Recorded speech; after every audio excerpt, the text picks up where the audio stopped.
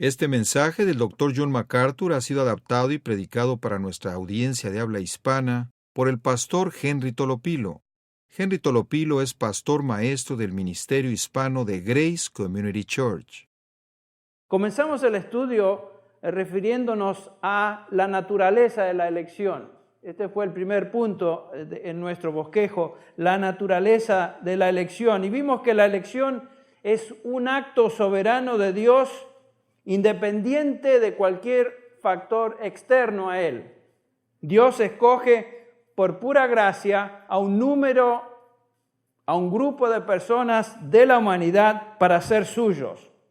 Dios nos escogió independientemente de cualquier influencia fuera de Él. En otras palabras, no es que Dios vio en algo en nosotros y eso lo motivó a escogernos. No, Dios nos escogió soberanamente. Escogió basándose en su gracia soberana a ciertas personas, como dijimos, de toda raza, de toda nación, de todo pueblo, y eso lo vimos en múltiples pasajes. Tal vez el más sobresaliente que siempre viene a la mente es el que encontramos en Efesios 1:3, donde Pablo dice: bendito sea el Dios y Padre de nuestro Señor Jesucristo, que nos ha bendecido con toda bendición espiritual en los lugares celestiales. Y comienza con la primera de esas bendiciones, que es según nos escogió en Cristo Jesús antes de la fundación del mundo. Ahí comienza todo, la elección divina de Dios. Porque Dios Padre nos escogió soberanamente, Pablo bendice su nombre. Dice: bendito sea el Padre de nuestro Señor Jesucristo por sus bendiciones, comenzando con la primera, que es su elección. Y más adelante el apóstol afirma en el versículo, si ustedes pueden ver, el versículo 11 de Efesios 1, donde él nos dice que Dios hace todo sin consultar o fijarse en méritos humanos, porque dice ahí en el versículo 11: fuimos predestinados según el propósito de aquel que obra todas las cosas según el consejo de su voluntad. En otras palabras, Dios no consulta con nadie cuando toma decisiones, no pide la opinión de ninguna persona ni de ningún ser en el universo. ¿Quién aconseja a Dios? Nadie. Dios escogió a ciertos individuos soberanamente y eso es entonces la naturaleza de la elección. Fuimos elegidos por Dios. También vimos, en segundo lugar, que en cuanto a la condición presente de los elegidos, la condición de hoy, estos elegidos son peregrinos en el mundo. Peregrinos en el mundo. Pedro describe a estos cristianos y por aplicación a cada uno de nosotros como extranjeros en el mundo. Estamos viviendo en el mundo, pero somos extranjeros al mundo. Nuestra ciudadanía, ¿dónde está? En el cielo. Estamos en el mundo, pero como Pedro nos dice en ese capítulo, el versículo 17, somos peregrinos, dice el versículo 17. Y si invocáis por Padre aquel que sin excepción de personas juzga según la obra de cada uno, conducíos en temor todo el tiempo de vuestra, ¿qué? Peregrinación. Está hablando de la peregrinación sobre esta tierra. Somos peregrinos. Ustedes recuerdan que Pablo nos enseña ese concepto en Filipenses 3:20, donde nos dice: porque nuestra ciudadanía está en los cielos, de donde también ansiosamente esperamos, ¿quién? A un Salvador, y ese Salvador es el Señor Jesucristo. Aunque vivimos en el mundo y compartimos muchas cosas con las personas de este mundo, somos parte de la sociedad, vivimos en este mundo, pero la Biblia nos dice que no somos de este mundo. Estamos de paso. Somos peregrinos, somos en un sentido expatriados de este mundo. Fuimos elegidos por Dios de entre la gente del mundo, pero para vivir en forma muy diferente al mundo. Por eso leemos exhortaciones, por ejemplo, en 1 Juan 2:15, donde el apóstol nos dice, no améis al mundo ni las cosas del mundo. Si alguno ama al mundo, el amor del Padre, ¿qué dice ahí? No está en él. Y por supuesto, estamos en el mundo como peregrinos, pero con propósito. La Biblia nos declara que estamos en este mundo para ser embajadores de Cristo. Somos embajadores del reino al cual pertenecemos. Aunque la ciudadanía nuestra está en los cielos, mientras estamos en esta tierra somos ciudadanos representando al rey de aquel reino, que es ¿quién? el Señor Jesucristo. Por eso el Señor Jesucristo les dice a sus discípulos y a nosotros, me seréis testigos. Mientras estéis acá, me seréis testigos en Jerusalén, en Judea, en Samaria y hasta lo último de la tierra. Mientras el Señor nos tenga en esta tierra, nos tiene como peregrinos con un propósito de ser testigos de Él, donde estemos, donde trabajemos, donde vayamos. Y tenemos que recordar, como el mismo apóstol Pedro nos recuerda, que somos nación santa, pueblo escogido por Dios, extranjeros en el mundo, dispersos, esparcidos, pero viviendo en este mundo para proclamar las buenas nuevas del reino al cual pertenecemos. Somos embajadores de Cristo, el Rey. Esta es la condición nuestra en cuanto a la elección. Somos peregrinos. Y hoy en particular queremos comenzar a ver el punto número 3 en nuestra discusión, que es la fuente de la elección. La fuente de la elección. Y aquí sí entramos a hablar del tema de la presciencia de Dios. No la presencia, sino la presciencia, el previo conocimiento de Dios. Nos dice Pedro en el versículo 2 que somos elegidos, eso ya lo hemos visto, pero según la presciencia de Dios o según el previo conocimiento de Dios. La elección de Dios encuentra su origen en el previo conocimiento de Dios. Ahora, ¿qué quiere decir esto? Como les dije, muchos creen que esto quiere decir que Dios escogió a los creyentes en base a que Él sabía de antemano quién iba a creer y quién le iba a rechazar. Esa forma de pensar es muy popular. Yo diría es la explicación más popular dentro del ambiente evangélico que se le da al preconocimiento de Dios. En otras palabras, Dios sabía lo que íbamos a hacer con el Evangelio y en base a nuestra decisión positiva, Él nos escogió. Al ser humano le encanta esta explicación, ¿saben? Dijimos que la doctrina de la elección es muy difícil de tragar, es muy difícil de digerir y al hombre no le gusta escuchar de que Dios es soberano, de que Dios está en control. Y por supuesto, cuando alguien le ofrece una explicación como esta, bueno, Dios sabía quién iba a creer en mí, por lo tanto, en base a ese previo conocimiento mío, al fin y al cabo soy Dios, entonces sí lo escojo. Él iba a creer en mí, a ese sí lo escojo. Este me iba a rechazar, a ese no lo escojo.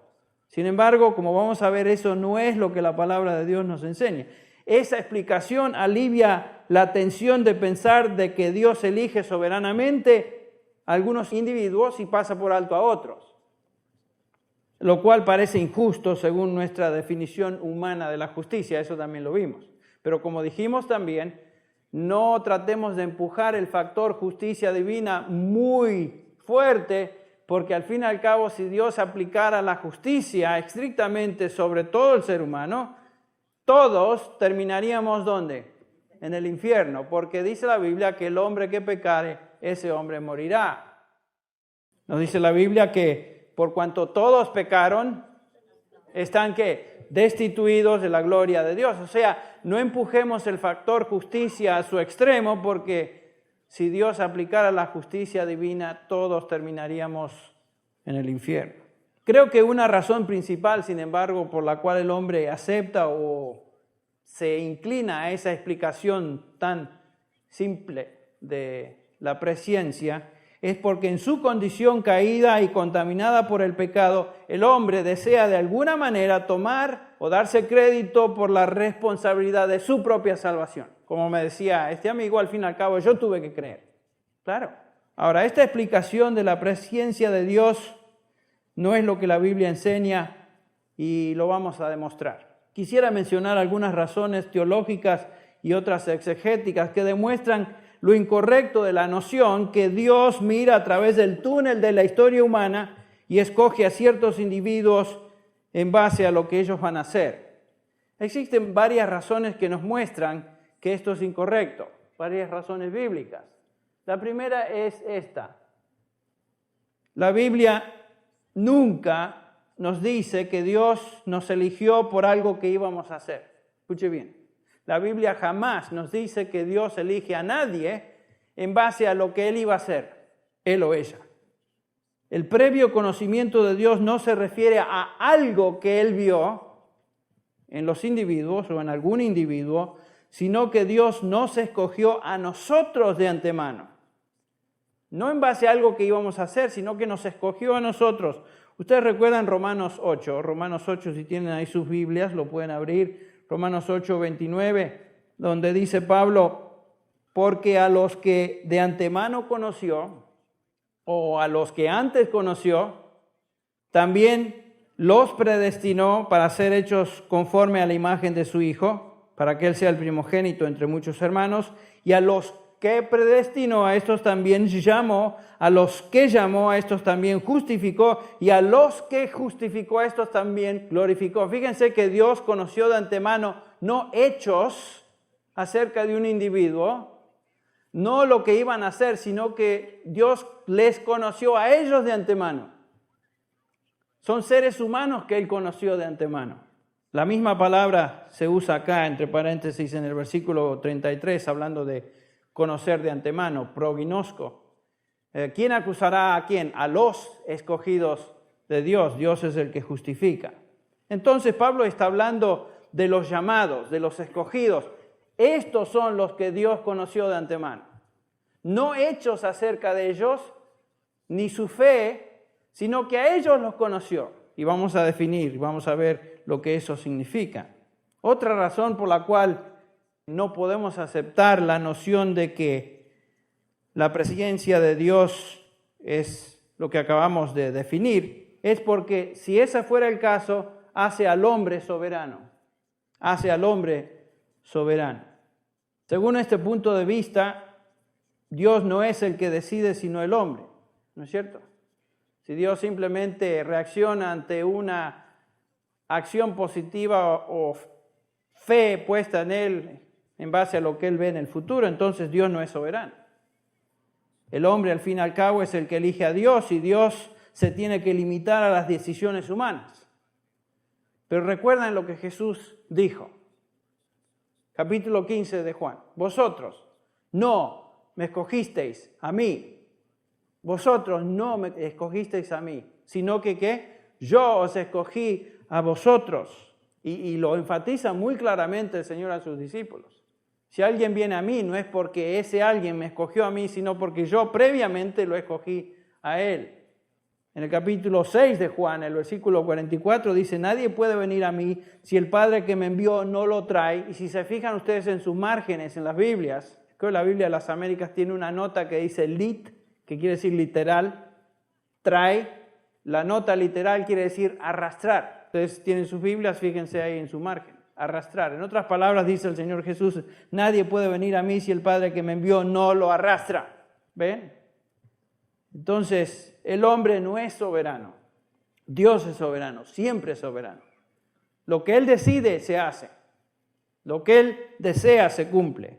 Lo que Él decreta, se va a realizar. Otro problema con el concepto popular de la presciencia divina es que el hombre, si ese es el caso, puede entonces darse crédito por la salvación. Puede adjudicarse cierto crédito por su salvación. Al fin y al cabo, el hombre piensa, y muchos creyentes piensan de esta manera, yo tuve el buen sentido de poner mi fe en el Evangelio. ¿Ven? Y se dan sus palmaditas. Yo, al fin y al cabo, un hombre inteligente, hábil, puedo pensar, me presentaron algo lógico, me presentaron algo donde emotivamente me sentí impulsado y por supuesto decidí. Al fin y al cabo yo lo hice. Pero ¿sabes qué? Tú no tuviste ni la inteligencia ni el buen sentido para poner tu fe en Cristo. Nadie tiene la inteligencia ni el buen sentido para poner su fe en Cristo. Nadie tiene la capacidad de poner su fe en Cristo, a menos que Dios le conceda esa capacidad. Dios no va a compartir su gloria con nadie. En otras palabras, el hombre no se puede adjudicar crédito ni gloria. No podemos atribuirnos cosas que no nos pertenecen. La gloria es de Dios nada más. Efesios 2:8 nos dice, por gracia sois salvos por medio de la fe.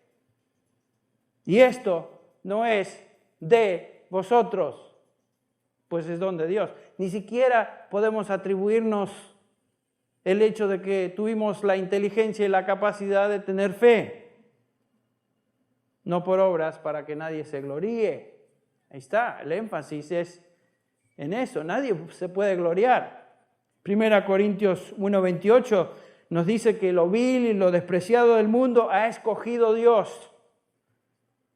Lo que no es, para anular lo que es.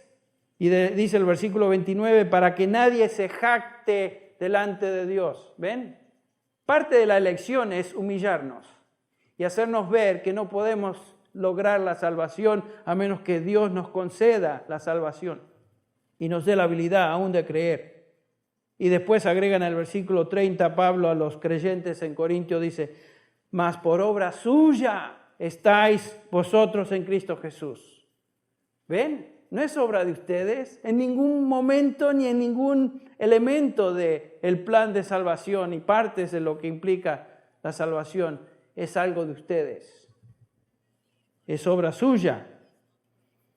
Entonces, el hombre no puede darse crédito por la salvación. Otra razón que podemos notar, o otro problema, mejor dicho, en aceptar la noción popular del preconocimiento de Dios como base de la elección, es que presupone, escuche bien, presupone que el hombre caído puede buscar a Dios. Presupone eso. Y como sabemos, Romanos 3:11, desde el 10 en adelante, pero Romanos 3:11 en forma categórica nos dice que no hay nadie quien entienda, no hay nadie quien busque a Dios. Dice que todos estamos mal, nadie puede buscar a Dios. Entonces, en su condición natural, el hombre no puede buscar a Dios, no tiene la habilidad de hacerlo.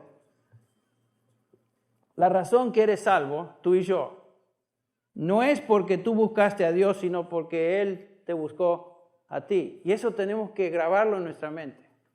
No podemos gloriarnos de nada. Dice el Señor Jesús, nadie puede venir a mí a menos que el Padre lo traiga. Nadie.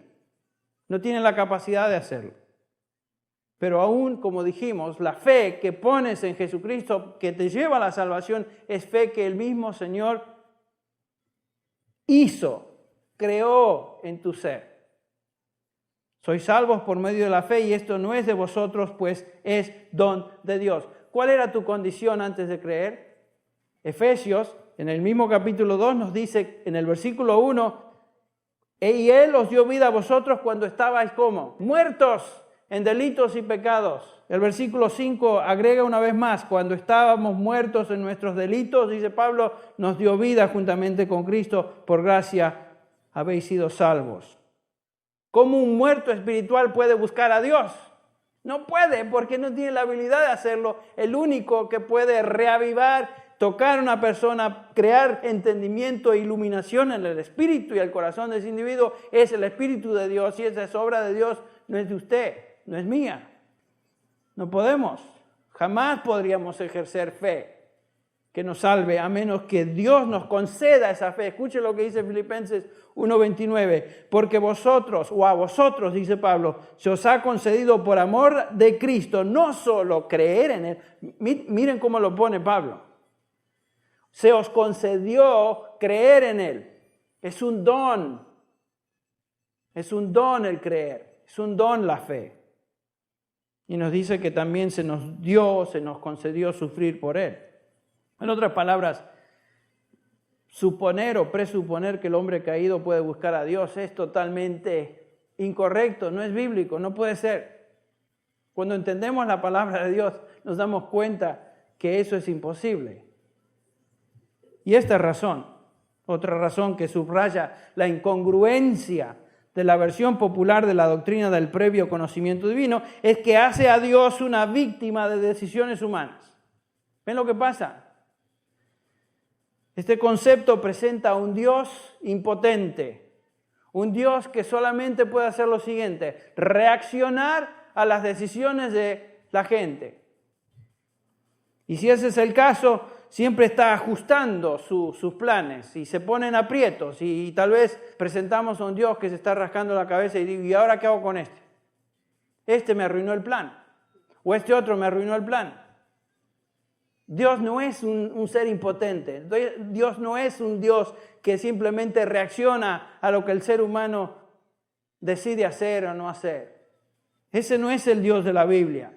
Ese es un Dios inventado, es un Dios pobrecito, es un Dios chiquito, es un Dios que es una caricatura del Dios que se nos describe en la palabra de Dios. Miren, es importantísimo entender esta doctrina. Algunos piensan que este es un hipercalvinista. ¿Qué hipercalvinista ni hipercalvinista? Yo estoy diciendo lo que la palabra de Dios, lo que Pedro está enseñando. No podemos acusar a Calvino porque descubrió algo que estaba en la palabra de Dios.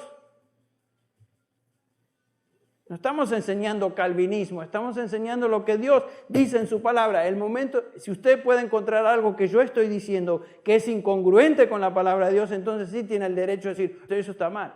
Pero no estamos hablando cosas que Dios no dice.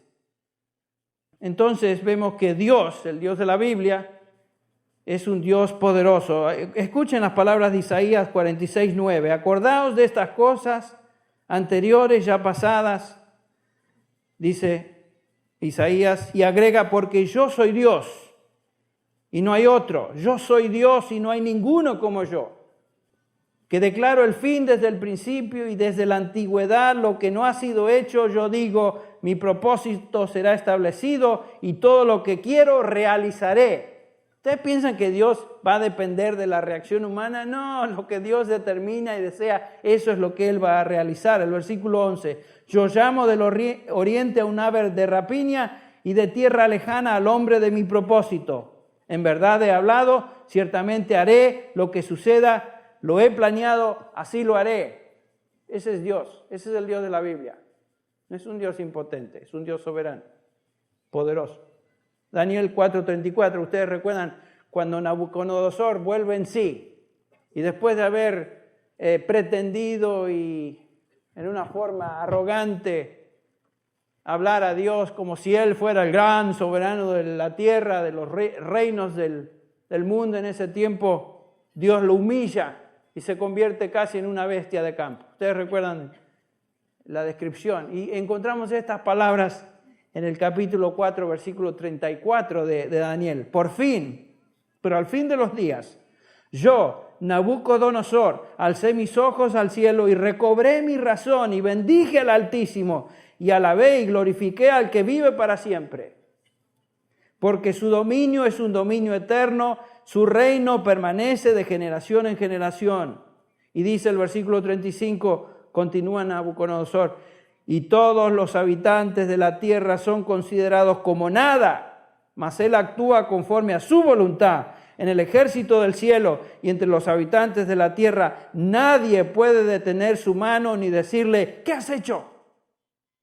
Escuche, Dios, la Biblia nos enseña, es un Dios soberano. La salvación en todas sus partes son de Él. Él hace su voluntad en todo, en todos y en todas las cosas. Su voluntad se cumple.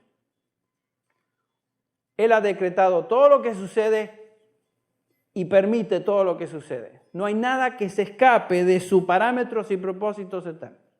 Él hace su voluntad en todo, todos y en todas las cosas. Spurgeon, el gran predicador del siglo pasado, dijo, escuchen, me encanta esto, la soberanía de Dios es la clave para entender la verdad de Dios. La soberanía de Dios es la clave para entender la verdad de Dios. Continúo citando, la salvación es del Señor. Son palabras de Jonás, ¿no es cierto? Yo no puedo encontrar en la Escritura, dice Spurgeon, otra doctrina más que esta. Es la esencia de la Biblia. Él solamente es la roca de mi salvación, dice Spurgeon. Muéstrame cualquier cosa contraria a esta verdad y te mostraré una herejía. Muéstrame una herejía y encontraré su esencia en esto, que ha abandonado esta gran verdad. La soberanía de Dios es fundamental. Esta es la roca de la verdad. Toda herejía, si buscamos su origen, lo descubriremos aquí, dice Spurgeon. Tiene razón.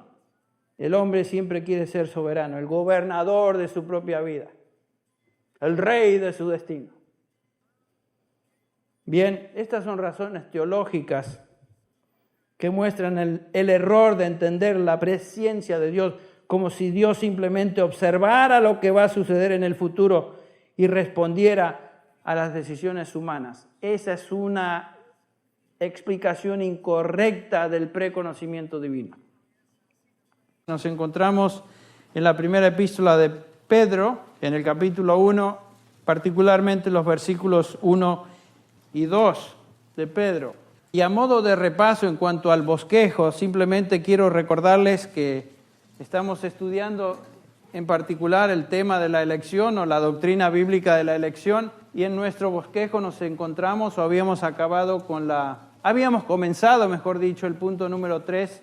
Vimos la naturaleza de la elección, vimos que fuimos elegidos por Dios y Dios nos eligió a los creyentes independientemente de cualquier cosa que Él viera en nosotros. Dios es soberano, no hay nada en nosotros que le motive, le mueva a escogernos. Lo hizo por pura gracia y en su soberanía fuimos elegidos por Dios, no en base a lo que hicimos, sino en base a su soberanía. Vimos también el punto número 2, que la condición presente de los elegidos es, Pedro les llama elegidos y después les dice expatriados. En otras palabras, en el versículo 1 les llama expatriados de la dispersión. Somos, en cuanto a nuestra posición o condición dentro de este mundo, peregrinos en el mundo, no pertenecemos al mundo y mientras estemos en este mundo simplemente peregrinamos en él, estamos de pasada, pero somos peregrinos.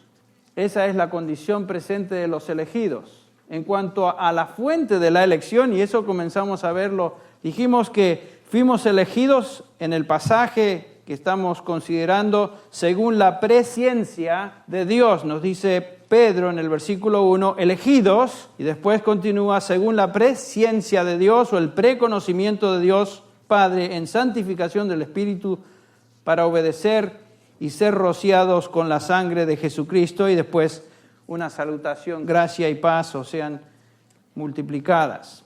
Comenzamos a tratar de definir lo que esta palabra presciencia o preconocimiento quería decir.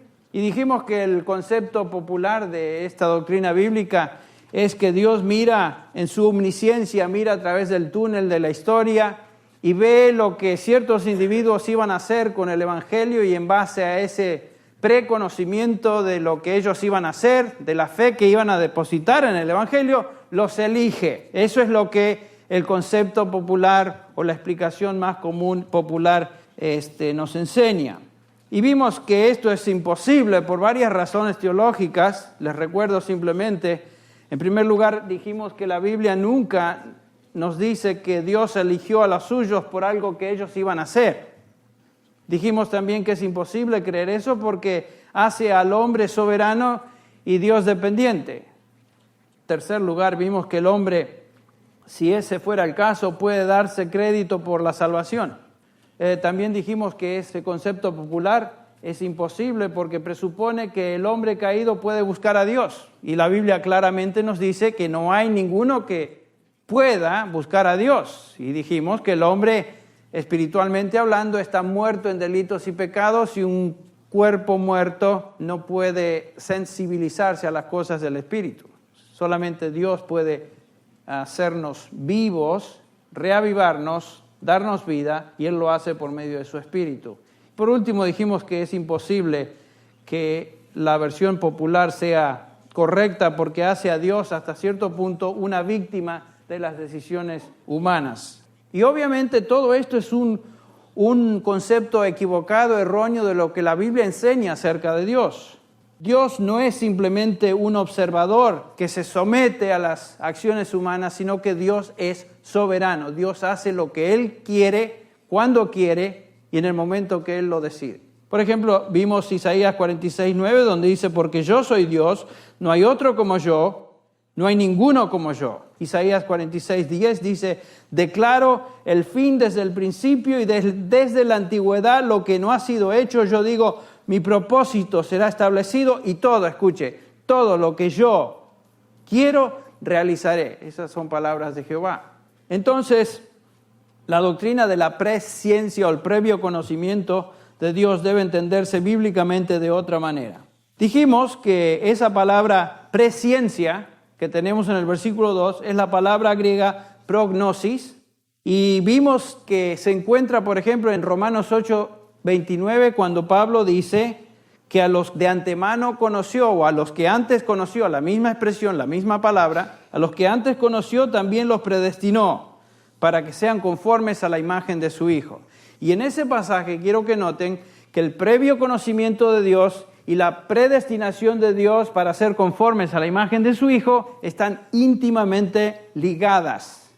El preconocimiento y la predestinación están íntimamente ligadas. Cuando vamos a Pedro, y Pedro nos dice que hemos sido escogidos en Dios, escogidos en Cristo de acuerdo a la presciencia de Dios, es la misma palabra que en los versículos que siguen, fíjense en el versículo 19 y 20, particularmente el 20, se aplica ahora a Jesucristo, pero se traduce distinto. Fíjense el versículo 20, le antecede el 19 y lo vamos a leer.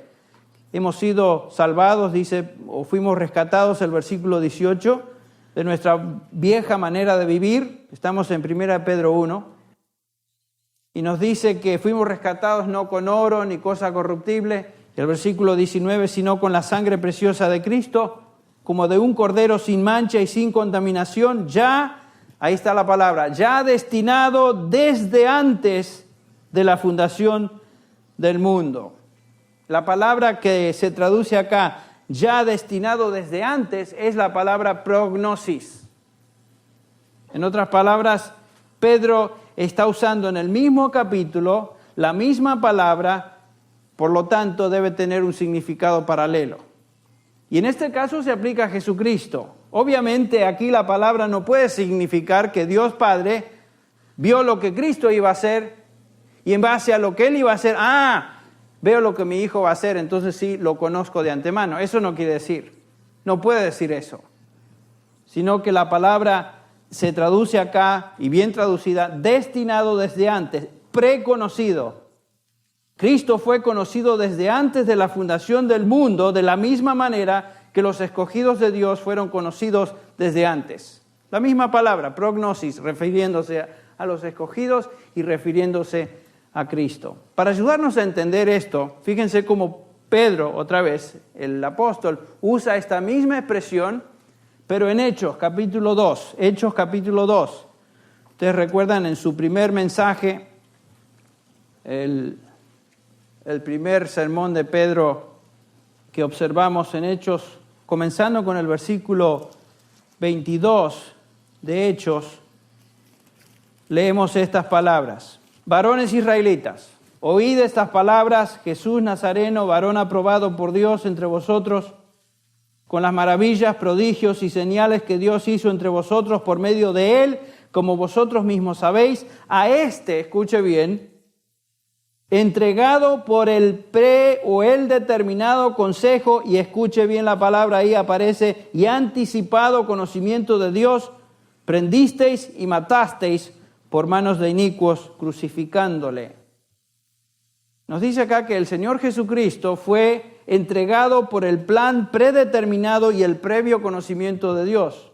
Cristo fue entregado, escuche bien, Cristo no fue una víctima de lo que el hombre iba a hacer.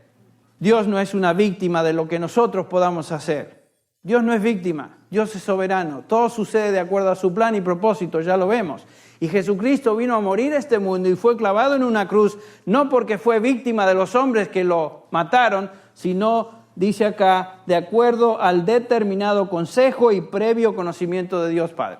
Había sido planeado en los propósitos soberanos y eternos de Dios la muerte del Señor Jesucristo. Sucedió en el momento histórico adecuado, propicio, de acuerdo al previo conocimiento de Dios y de acuerdo a su plan que Él determinó de antemano. Entonces lo que Pedro nos está diciendo es que la presciencia o preconocimiento de Dios está ligado al propósito eterno de Dios, igual que Romanos 8:29. No es que Dios se sentó a observar y vio lo que iba a suceder más tarde, sino que Él determinó lo que iba a suceder. El preconocer es que Él determina de antemano. Y es interesante notar que cuando leemos la palabra de Dios, La palabra conocer, particularmente cuando Dios se expresa de esta manera, diciendo que Dios conoce a algo o a alguien, siempre tiene que ver con una relación que Dios tiene con esa persona o esa nación o ese pueblo.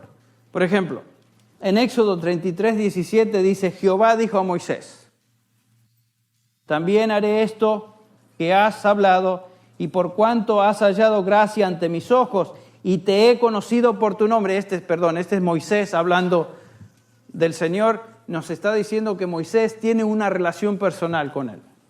Jeremías 1:5, este es Jehová hablando acerca del profeta. Antes de que te formara en el seno materno, dice Jeremías que, dice Jehová, te conocí. Y antes que nacieras, te consagré, te puse por profeta a las naciones. Esto es mucho más que simplemente conocer en el hecho de que Jeremías iba a existir. Dios dice, antes de que nacieras, yo ya te conocía. No solamente que te conocía, tenía ya una relación establecida contigo, sino que te consagré para que seas profeta. O sea, el conocimiento de Dios de Jeremías no es simplemente que Jeremías iba a existir o que Dios sabía que algo iba a suceder, sino que Él ya había establecido con Jeremías, el profeta, una relación íntima. Fíjense Amós 3:2. Hablando del pueblo de Israel, dice Jehová, solo a vosotros he conocido de todas las familias de la tierra. Quiere decir que Dios no sabía que había otras familias de la tierra y que tuvo simplemente el privilegio de saludar a los israelitas, de decirles, qué bueno que les conozco. Está diciendo que de todas las familias de la tierra, Dios estableció una relación particular con una nación, un pueblo, y ese pueblo era ¿quién? Israel. De todas las naciones, solamente Israel conocí, en una relación íntima. Mateo 7:22, aplicándolo ya ahora más al sentido espiritual. Dice el Señor Jesús, muchos vendrán en mi nombre en el futuro y dirán, Señor, Señor, no profetizamos en tu nombre y en tu nombre echamos fuera demonios y en tu nombre hicimos muchos milagros. ¿Y qué les contestará el Señor? Versículo 23, yo les declararé, jamás os conocí. Quiere decir que nunca se dio cuenta que existían, que Jesús no sabía que estos individuos estaban por ahí. No, jamás tuvo una relación personal con estos individuos. Nunca os conocí, por más que ustedes profesan conocerme a mí. Yo no les he conocido jamás, nunca tuve una relación personal con ustedes. Pero de los suyos, el Señor Jesús nos dice claramente de sus ovejas, mis ovejas oyen mi voz y me siguen, y que yo las conozco, yo les doy vida eterna. En otras palabras, Jesucristo tiene una relación personal e íntima con aquellos que le pertenecen, sus ovejas. Entonces, la fuente de nuestra elección, y estamos regresando a nuestro bosquejo, la fuente de nuestra elección es la presciencia de Dios, el preconocimiento de Dios. Su soberana predeterminación por medio de la cual estableció una relación con los escogidos antes de la fundación del mundo. Eso es preconocer desde el punto de vista divino, desde el punto de vista bíblico.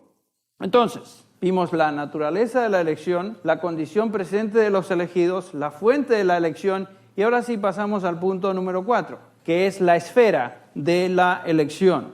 ¿Qué quiere decir esto de la esfera de la elección? En el versículo 2 leemos que el Señor nos escogió en santificación del Espíritu. En santificación del Espíritu. Ser elegido y ser salvo son dos cosas distintas, ¿no es cierto? ¿Qué quiero decir con eso? Bueno, yo puedo ser elegido, pero no ser salvo todavía, ¿no es cierto? Hay mucha gente, pueblo de Dios, que es elegido, pero todavía no es salvo. Todavía no conoce a Jesucristo, pero son elegidos y algún día lo serán. Pero aquí Pedro está hablando de experimentar la salvación personal en la vida. La realidad de la elección de los elegidos viene cuando el Espíritu Santo realiza su obra salvadora en ellos. Por supuesto, acá la santificación, la esfera de la elección, la obra santificadora del Espíritu Santo, Pedro se está refiriendo acá no en una forma técnica a la santificación, sino que se está refiriendo a todo aquello que este término implica, abarca todo aspecto experimental de la salvación, arrepentimiento, fe, regeneración, obediencia, santificación, etc. Todas estas obras que el Espíritu Santo produce en la vida de los suyos. cuando el Espíritu Santo vino a nuestra vida, nos separó del pecado y nos consagró a Dios, en el sentido de la salvación.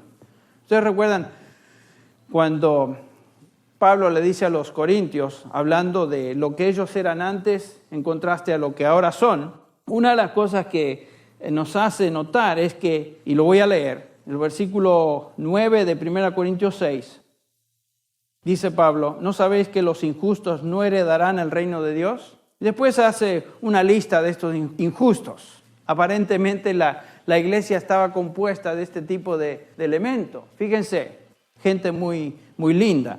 Inmorales, idólatras, adúlteros, afeminados, homosexuales, ladrones, avaros, borrachos, difamadores y estafadores. Dice que toda esta gente, este tipo de individuos, no van a heredar el reino de Dios. Y les dice, y esto erais algunos de vosotros. ¿Se puede usted incluir en alguno de estos? Sin duda podemos pensar en algunos de estos. Pero Pablo dice, pero ya no lo son, erais, ya no lo son. ¿Por qué? Porque fuisteis lavados, fuisteis santificados, pero fuisteis justificados en el nombre del Señor Jesucristo y en el Espíritu de nuestro Dios. A veces pensamos que la santificación es un proceso después de la salvación. Y es correcto, es correcto. La santificación tiene ese doble sentido. Es santificación en el aspecto de que fuimos santificados una vez y para siempre, separados del pecado y consagrados a Dios, y también santificados en el sentido de un constante proceso. Nos apartó del pecado en salvación y nos continúa apartando del pecado. La santificación en el Nuevo Testamento es ambos, un evento inicial y un proceso. ¿Que continúa cuánto? ¿Cuánto tiempo continúa este proceso de santificación? Hasta que el Señor venga. Amados, ahora somos hijos de Dios, nos dice Juan, y aún no se ha manifestado lo que habremos de ser, pero sabemos que cuando Él se manifieste, seremos semejantes a Él porque le veremos tal como Él es. Algún día seremos completamente santificados, completamente conformes a la imagen de su Hijo, para lo cual fuimos predestinados. La santificación es obra del Espíritu Santo en la vida de los elegidos. Escuche bien, aquellos que han sido elegidos por Dios no pueden saltearse el paso de santificación. La santificación es experiencia íntegra de aquellos que son elegidos para salvación. El propósito de la elección incluye hacernos santos. Fíjense, Efesios 1:4 nos dice que Él nos escogió en Cristo antes de la fundación del mundo para que fuéramos, ¿qué? Santos y sin mancha delante de Él. Si uno es elegido, va a ser santificado. ¿Escuchen bien? Si uno es elegido, va a ser santificado en su conducta. Hebreos nos dice, buscar la paz con todos y la santidad sin la cual nadie verá al Señor. Refiriéndose a los tesalonicenses, Pablo, 2 Tesalonicenses 2:13, dice, pero nosotros siempre tenemos que dar gracias a Dios por vosotros, hermanos amados por el Señor, porque Dios os ha escogido desde el principio para salvación. ¿Cómo sabía eso Pablo? Lo dice en lo que sigue del pasaje, mediante la santificación del Espíritu y la fe en la verdad. Los indicadores fundamentales, escuche bien, de que una persona ha sido escogida es perseverancia en la fe y una vida santa. Ambos. Estamos hablando de perfección. Estamos hablando de santificación en el sentido de que ya no pecamos. Estamos hablando de una persona que persevera en la fe y persevera el crecimiento de una conducta santa. La conducta santa nos referimos, como vamos a profundizar un poquito más, la obediencia. Sería una contradicción tremenda decir que Dios nos escoge para salvación en Cristo sin realizar en nosotros la obra santificadora del Espíritu Santo. Si Dios nos escogió para ser hijos suyos, también nos santifica en el proceso. No somos todavía lo que vamos a hacer, ¿no es cierto? Pero una cosa también es cierta, no somos lo que éramos antes. Ya no somos lo que éramos antes. Si somos escogidos, hay cambios. ¿Puede alguna persona ser salva sin la obra santificadora del Espíritu? No. ¿Puede un cristiano vivir sin demostrar ningún cambio? No. Porque dice la Biblia, Filipenses 1:6, el que comenzó la buena obra santificadora, vamos a agregar la palabra, el que comenzó la buena obra santificadora en vosotros, la continuará hasta el día de Jesucristo. La obra de santificación, de escoger a una persona y santificarla es obra de Dios. Y lo que Él comienza, termina. Y Él lo va a llevar a cabo, nos va a santificar. Entonces, hemos visto la naturaleza de la elección, elegidos por Dios, la condición presente de los elegidos, peregrinos en el mundo, la fuente de la elección, el preconocimiento de Dios, la esfera de la elección, la santificación del Espíritu Santo y por último, y con esto ya vamos llegando a una conclusión esta noche, el propósito de la elección, que es la obediencia. El propósito de la elección, número 5. ¿Cuál es el propósito de la elección? Lo dice el versículo 2. Para obedecer y ser rociados con la sangre de Jesucristo. El propósito es obedecer. Obedecer. Dios nos salvó para obedecer a nuestro Señor Jesucristo.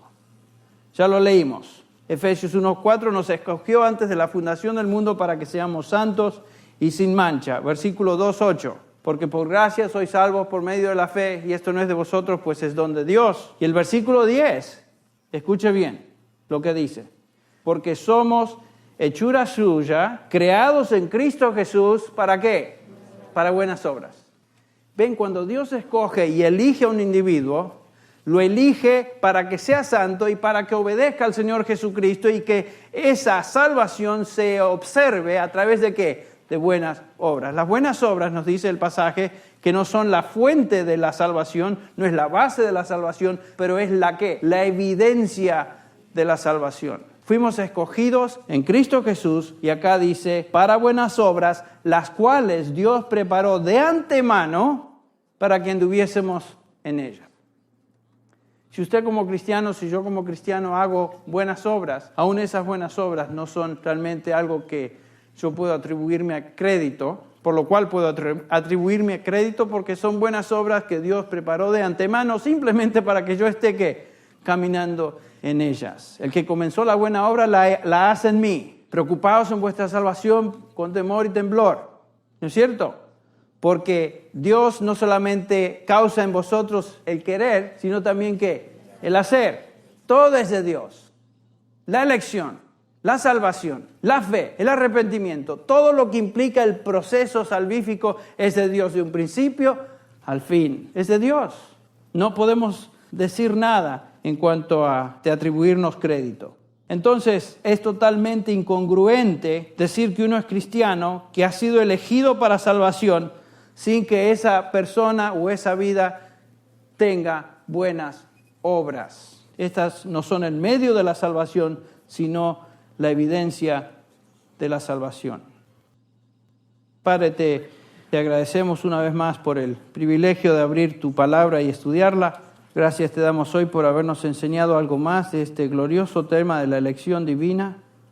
Tenemos que confesar, Señor, que no entendemos todo, sin embargo nos sometemos a lo que has revelado. Señor, no hay nada en nosotros que podamos traer a ti como digno de tu gracia y misericordia. Sabemos que la salvación desde la eternidad pasada hasta una eternidad futura es tuya, de un principio a un fin. Te alabamos, Señor, y humildemente nos postramos en adoración y gratitud por habernos elegido en Cristo Jesús. En su nombre elevamos esta oración. Amén. Este mensaje, predicado originalmente en inglés por el pastor John MacArthur, fue adaptado y predicado en la congregación hispana de Grace Community Church por el pastor Henry Tolopilo.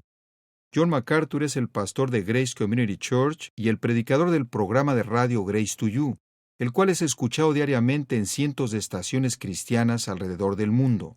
Para ordenar copias de este mensaje o para recibir un catálogo de materiales disponible en inglés o español, llámenos gratuitamente del interior de los Estados Unidos a cualquier hora del día o de la noche. Nuestro número telefónico es 1-800-55-GRACE, 1-800-554-7223.